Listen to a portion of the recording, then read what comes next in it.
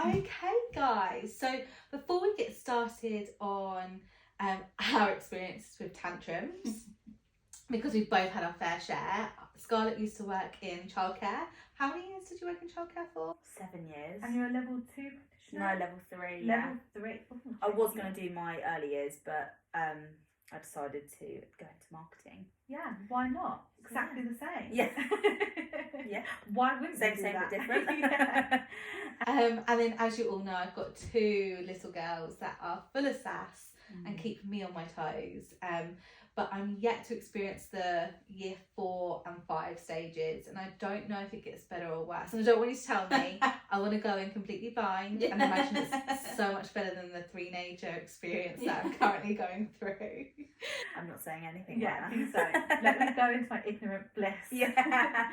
But yeah, we're going to quickly, Scarlett's going to run us through the development stages that kids go through from 0 to 5, as it is probably the primary cause of any behavioural issues or sort of pushback behaviour and tantrums that kids will display in this age area. So with the even though it's 0 to 5, the main 3 that children get, they're like part of the EYFS, which is like the development book that nursery workers and everything look at. So if they not hit their milestones, but a rough guide of how to follow their development. So you've got physical growth, you have got personal, social, emotional skills, and obviously you've got communication and language. And these are so, like, you think how much your baby develops in the first 3 years, you can understand why there's going to be irritations they're going to get. They just don't fully understand that. There's a lot to Yeah, go it's through. so much. Every day you're bombarded by a new emotion, a new experience, a new social situation you've never ever navigated before, and all of a sudden you're expected to have the experience of at least an older child to be able to deal with it, but you've got no experience to draw back on. No. So you act very much fresh in your emotions. And as well, like, one big thing is a baby's brain isn't fully developed anyway, so that it's not all connected, if that makes sense. And we were talking literally at dinner, we were talking about how your brain doesn't develop until you're 26 or 28. Yeah, which is just crazy to think, isn't it? Like, even when an adult, like, your brain hasn't fully developed where it needs to be. Like, it takes all that time, but obviously so much happens within the first 5 years. 28 years, let's say it is 28 years. The first 5 of those are the most intense. Yeah. Other than like teenager hormonal years, which are slightly different. Yeah. But the first 5 years, specifically the first 3, are just so intense. And you think how quickly, like, even now looking at Finny, I'm like, oh my God, you're like a big boy now, you're not a baby. And that's only 8.5 months. Like, how much they change is rapid. Yeah. You think with their physical development, they go from laying down, not being able to survive without you. Yeah, like literally not being able to move, to walking, crawling. Yeah. Everything like that. And obviously you think physical development is just the physical side of holding a pencil, like grasping things and everything, but I remember Finny started trying to grab a book and I was like, oh my gosh, he's trying to grab, like, it's the smallest things, but it's so much for their little brains to like work out. So obviously you've got all of the physical development, like with the walking, the crawling, the eventually running, all the motor skills, feeding yourself, feeding, and obviously then you've got the other side of feeding self, potty training, everything like that. So it's, and obviously now a big thing is teeth brushing. I was about to say teeth. Oh my gosh. Teeth brushing. Brushing your teeth. I was saying the flip. What's going on? We're in reverse. Alternate universe. We couldn't even say that right between the two of us. But like brushing teeth is a real big thing. Like, because babies learn from you being their sole carer and like doing everything for them, to learning how to be independent and do things on their own. So that is a process in itself. But obviously you've got the personal, social, emotional side, which is massive for babies. You think they've come into this world, they think they're connected to their mum, and at between 4 and 6 months, they realise that they are not their mum, and you are different. They're learning that you're different people, and I think around 8 months they realise that you can leave and then not come back. So that's why around 8 months you notice that they're getting a bit clingy and they're crying when you're leaving the room and everything like that, and it's just a lot for them. Separation anxiety is what they call it, isn't it? Yeah, and like that is a lot for babies. Like they just don't understand that you're not coming back. So when you leave, you're like, I will be back. They don't know that. Yeah. So yeah, obviously everything like that, they're learning about getting positive social experiences with other children. They are learning how to understand their emotions. They're developing attachments to not just mum, but to other caregivers, like, or other family members and dads, and like there's a lot going on in their brain, like, especially when they get to like that 3 to 5 stage, when they're really learning about their emotions and everything coming through. And conflict with other children. Yeah, like trying to work out like the not trial and error, but is it like the cause and effect almost, like, oh, if I take that toy of someone, there might be a reaction, or like that child might take that toy back. It's all about like learning everything like that. They're just learning everything in them first 5 years, because you think when kids go to school, they have a well-rounded brain, like not well-rounded brain, experience of the world. Yeah, exactly. Yeah. I worked in childcare. But up until that, like throughout those fundamental years, everything they're going through is so fresh and such first times for everything. At least when you're a 28-year-old mum who's wiping poo off their carpet floor, because they're 28, they've probably experienced it in their teenage years with their university friends, followed by maybe their husband or their partner when they got too drunk, followed by then their 2-year-old that thought it would be funny to take off their bedtime nappy. I've got experience to draw back on when I'm wiping poo off the floor, but I don't know what I can draw that to when it comes to a child.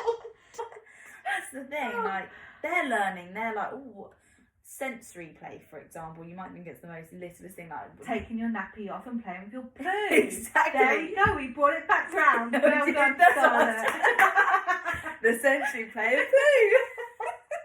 But yeah, so there's a lot, and then you've also got the communication and language side, where they're babbling, they're talking, they're communicating, they're learning about trial and error. Sorry about that. I don't know what I'm talking about, but trial and error was speaking. They're trying to work out how to say a word and it's not Different working. sounds. Different sounds. Yeah. They're trying to. So Lily still calls me Dada. Yeah. Everyone's Dada, but like she'll be like Dada, Dada, and I have to say to her like maybe 2-3 times, Mama, before she's like, oh yeah, your mama, Mama. Yeah. But yeah, They're just learning everything, and then obviously when you hit from 3 to 5, you're learning a lot more children. They're learning about like people and communities, which is a bit because some children up until 3 might not have had any experience really with any other children, because you don't get free childcare. Well, obviously I know things are meant to be changing. Meant to be. Supposedly that's what we were told this year, but let's say that hasn't happened yet, so let's not say it's going to happen. But yeah, up until 3, some kids might have never been in a childcare setting. They might not have cousins, they might not have siblings, and then all of a sudden they've got to deal with people their own age. Yeah. And that is really hard. I've had to deal with the children who have come into a setting, and they do find it really challenging because all they've been with is mum. Yeah. Because obviously, circumstances have only allowed that to be the case. Yeah, exactly, and like. They do find it is hard for children, especially when they haven't met children, like been around children their own age, because I think children learn a hell of a lot from that. I even find Finney's picking stuff up from Lily, like when they were hanging out, like he was watching, he was looking, what's Lily doing, what can I do, and you just think how much, like obviously role modelling, and like we role model as caregivers, but also other children role model to other children. Yeah. But yeah, so they're like the kind of main areas that children are developing quickly within them first 3 years. You think from a baby making goat noises in bed to now going da da da da da da. Like that's a lot for a child, and just even grabbing a simple toy, that's such a big milestone for a baby. Yeah. Because they've never done it before. So their brain must be, because of everything that's going on in their brain, they're going to become irritated because they just don't quite get why it's not working, if that makes sense. And even like when I was saying about, for example, today, I put Finney down and I walked out the room. He started crying because he couldn't see where I was. And it's just because he obviously doesn't realise that I'm not coming back, and he's getting upset and emotional. He's like, almost like, Mummy, where have you gone? Because he doesn't know why I've left, so he's upset.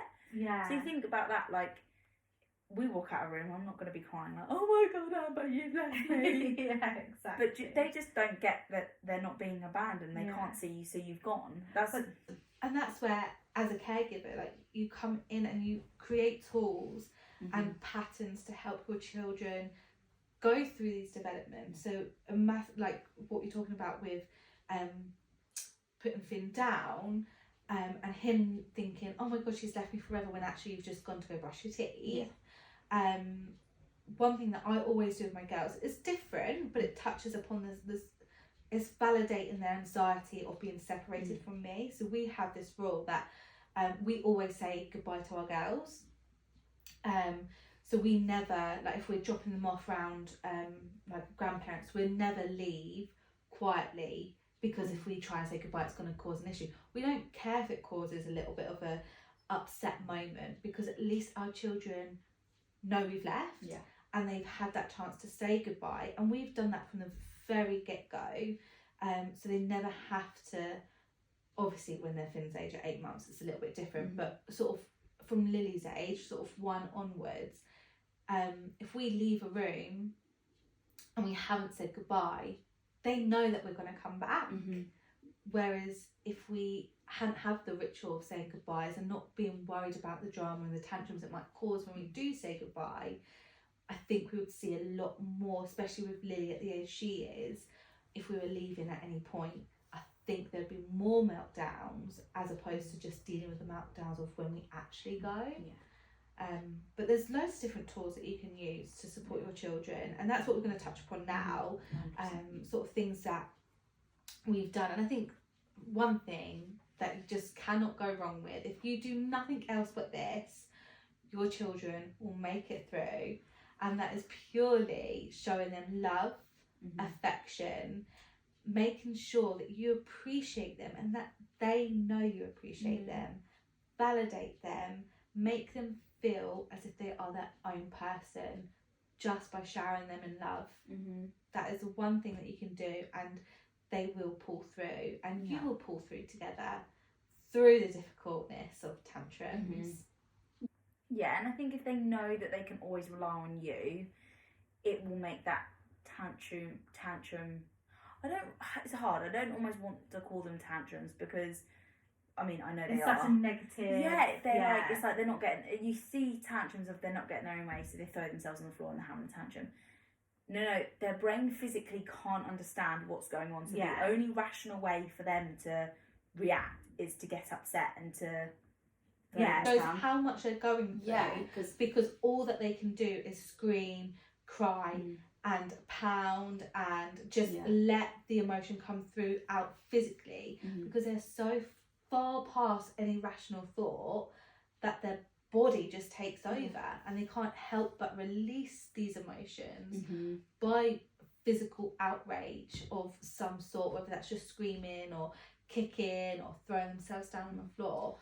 Like, as an adult, I'm sure it can happen, but that is unimaginable that I would get to that point of frustration. But yet they're having to go. Harper has a tantrum at least once a day, and it's not, obviously if she doesn't get her own way, she can get upset and that can lead to a tantrum. But a lot of the time they can be just over things that are so irrational and probably actually unrelated and deep rooted elsewhere. So the other day, just before the schools broke up, she was really funny when she came home from nursery, and just really, really off. Everything I said was wrong. Everything I said needed a mini tantrum after it. And I was getting really upset, to the point where I was like, I can just feel I'm getting more and more irritated and getting more annoyed, and I just felt I was getting close to erupting at her and being like, what are you doing? What is this behaviour about? Like, will you just behave? Will you just stop answering back? I could feel I was getting close to that point. And I just took myself to the side, and I did my little managing techniques that I normally do with her, breathing, counting to 10, blowing bubbles. And I just really just calmed myself down, and I was like, just reflected on the situation. I was like, something deeper is happening here. And in the end, I did say to her, look, we need to go up to the calming teepee. We have a room that has a little teepee in, and it's got some calming tools in there that she can just use just to kind of be in a safe space where she can just feel however she wants to feel. So we go up there, and we don't actually make it to the teepee, and we're sat on the top step. I just look at her, and I can just see in her eyes that she's sad now. It's gone past agitation and aggression. She's just very sad. And I just looked at her and I was like, Harper, did something happen at nursery today?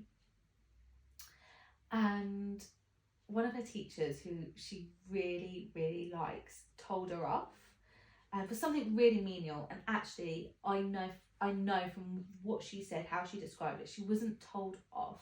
I think she was probably just pushing boundaries, wasn't listening, and the teacher was just short with her. But in her eyes, her favourite teacher just told her off. It was the end of the world, and she knew she'd made the teacher feel a certain way, but she couldn't put her finger on how the teacher felt. And the teacher, who, Harper's a great kid, like she's very rarely told off outside this house. Her favourite teacher just told her off. She's feeling sad about that. And I think she just couldn't make sense of what she had done, because I think she didn't think she'd done anything wrong, and the outcome. And her not being able to piece the social situation together had then caused her to be a right little devil to me and really be quite mean. It's crazy how one thing she just couldn't quite understand. Yeah. That. And once we'd talked about effect, it, absolutely, we'd talked about it, I'd helped her make sense of what had happened and explained, like, I was got her to break things down to me, and I gave her a couple of different perspectives that might, obviously she didn't know what I was doing, but I was like, oh, well, maybe your teacher thought this, or maybe your teacher thought that. Had you thought about how you might have made that person feel? She seemed, as much as a 3-year-old can, to then have a much better grasp on the situation. It was so much calmer, and she'd got it off her chest, and I validated how she felt, but also gave sense to the situation, and she really perked up, and we had a great couple of days after that as well. That's amazing. And again, something so small triggered her, something so small, by just having a 10-15 minute conversation of me staying calm, when if it had been an adult, I wouldn't have given them my time of day. And that changed actually for the better the next couple of days after that as well. Which is amazing, isn't it? Yeah. And like some situations, obviously, that it's so important to validate your children's feelings in them situations, because otherwise they won't feel listened, and the behaviour can get worse. Something I always say to Aaron, when the girls hurt themselves or something like that, I mean, I am bound to do it now and again, but I notice that he does it a lot sometimes, and he's up and down. Sometimes he rarely does it, and sometimes he goes through saying it almost like every time. But yeah, if they hurt themselves, he'll say, you're okay, you're okay, you're okay. Yeah. And I make an effort of never saying that, and trying to say, are you okay? Yeah. Because me saying, you're okay, what if they're not okay? Yeah. And you completely dismiss the fact that they're not okay. Yeah, 5 minutes. I was going to say that, actually, touching upon sort of managing your own emotions. Like, I really struggle with postnatal rage. I had it quite bad with Harper, but I put it down to that lockdown, and it was aimed at Aaron. But what really shook me with having it after Lily is it was aimed at Harper, and it was oh god, it's going to make me cry to see me think about it. It was just such a horrible experience, because she's my baby. I love her, but in those moments when I get those flashes of rage, I was like, get this child away from me. Like, I hate saying this, but in that moment I felt like I didn't hate anything more. Like, she was like the cause of all my suffering, and she wasn't. No. But in those flashes of that rage, Don't cry. and you just have to manage your own, like, you just have to put your big girl pants on and find a way of managing your emotions. To the point where, like, there was a couple of times I had to call Aaron, and I was like, I just need you to come home. Like, I would never do anything in the world to hurt my children, but I just need you home because I cannot be this angry by myself with children. Yeah. And this is after having a baby, so this isn't like something that I carry on now. Like I've not had it for months. This was like when I was 4 months past him, and it is something that is really serious, and a lot of women do go through. So if you do have it, please speak to a midwife and health visitors. But it's just, I find it really funny dealing with my children has taught me as an adult how to deal with my emotions, because go back 5 years ago, I'd never thought, I'm really angry right now, I need to call someone to come help me, and I can't deal with my emotions myself, I need another adult to come help me. I would never have done that before. I probably would have done something stupid like get drunk or, you know, self-harmed or something like that. But these baby steps through having children, because I want to be a role model to them and know how to manage my emotions so they know how to manage their emotions, has made massive changes in my life with just something like that, being able to call someone and say, I need help. It like, when you have a baby, like, even though we're talking about like tantrums for children, your hormones as a mum, it change, and the patience gets pushed so much. So it's also like figuring out how you can control almost your tantrums as well. Yeah, absolutely. Like, my patience level was like, obviously working in early like childcare, you have patience. I've left childcare for a few years before I had a baby, so then patient levels, and like I've even learned even now with Josh, like, even not beside me, we're tired, we're grouchy, well, I'm overstimulated with a baby sometimes, like it's just me on my own most of the day. Sometimes I'm just like, it's not worth it, it's just really not. Like, I've learned to know, even though I'm feeling angry, I'm like, it's not worth it. I'm just gonna breathe. You're really pissing me off right now. I really want you to do this, but I like hold it. I'm like, give me like 10 minutes, and I'm like, oh babe, do you mind doing it? Yeah. Like, me 3-4 years ago, I'd been like, just like so childish. Yeah. Like, because you're conscious of your behaviour, even though Finn might not have been around in that situation. You just, I don't want him picking up on us. It feels like they hold a mirror up to you, doesn't it? And it is. They watch you. You are their role models. Some of the stuff that Harper says, I'm like, oh my god, that's me. And sometimes I feel really horrible, because sometimes she says something and it sounds so mean, and I'm like, that's me. I've said that to them, like, what she hushed Lily the other day. She went, and I was like, oh my god, that's what I do. That's what I do. Yeah. And it's crazy what they pick up, isn't it? Yeah. And like, that's the thing, if you're throwing around tantrums, they're just gonna be like, okay, that's what I should do. But if you're teaching them how to be like, they pick up the good and the bad. Exactly. And that's why I'm always like, no fighting and shouting in front of Finny, and then I start getting angry about situations, and then I can actually feel him. Like, if I'm driving on the phone to my mum, normally having a bit of a mum, I feel like this, but I can then start hearing him start getting unsettled in the back, and he can obviously sense my emotions are, and I literally have to go, right, I'm not talking about it anymore, it's not healthy for Finny, I have to stop. Yeah. Like, and I've really had to learn that it's important to, because he's starting to get rattled up, is that right? Starts to get rattled? Yeah. Rattled, I don't know, it's late. But yeah, like, tantrums, there's definitely ways that you can help children through it, like, and being consistent. Yeah, like, even distractions. I find distractions really big, like, especially I feel hard that I find easy. Yeah, and like, I find it really difficult to think, well, not difficult, that's the wrong phrase, like, obviously I'm referring back to Finny, even though I've had to deal with many children from various ages. Obviously at the moment it's what I do for Finn, because them children, they weren't my children. I did what you were trained to do. To help them support situations, but they're not my children. Finny is my child. I have to make sure that this is like a 24/7 job almost. Yeah. And I'm on call, I'm on watch 24/7, even though he's asleep sometimes. But like, even going in at night when he's unsettled and we're trying to settle him, and I just get to the point where he's not going, like, this is back in the early days when he just wouldn't go to sleep, and I'm like, you're tired? Because I could feel myself getting angry, and in them situations, like, especially your son, I can't do this, I need a break. Like, yeah. you just...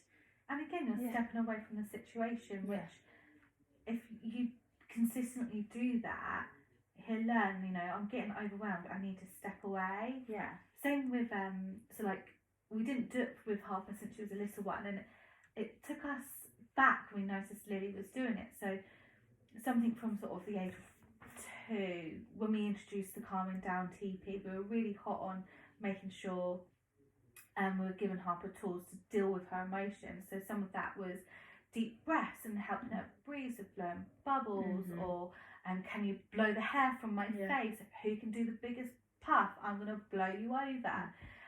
We played lots of little games, but we'd always start with, right, we need to take some deep breaths, and we would show her what we meant. So, yeah. And then, Harper started getting upset at dinner time, and we said the same. And Lily must have been about 8-9 months at this point, and we told Harper to take some deep breaths, and then Lily next to her starts going.